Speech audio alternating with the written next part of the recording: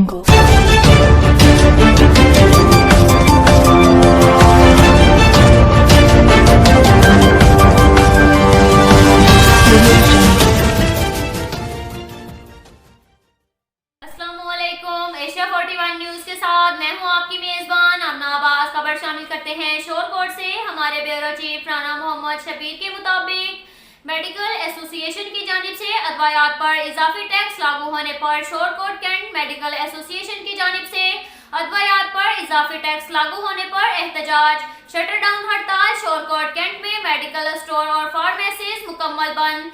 Medical association ने एहतजाज करते हुए मुकम्मल शटर डाउन कर दिया। पंजाब भर में केमिस्ट एसोसिएशन की तरफ से 15 जुलाई की हड़ताल की कॉल पर शोरकोट कैंट मेडिकल एसोसिएशन ने मुकम्मल हड़ताल कर दी और मुकम्मल तौर पर शटर डाउन भी कर दिया गया।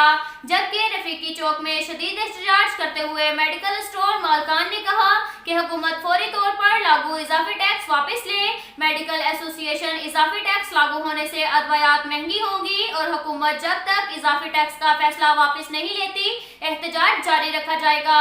अब तक के लिए इतना ही काफी है। मिलते हैं अगले बुलेटिन में। हमारे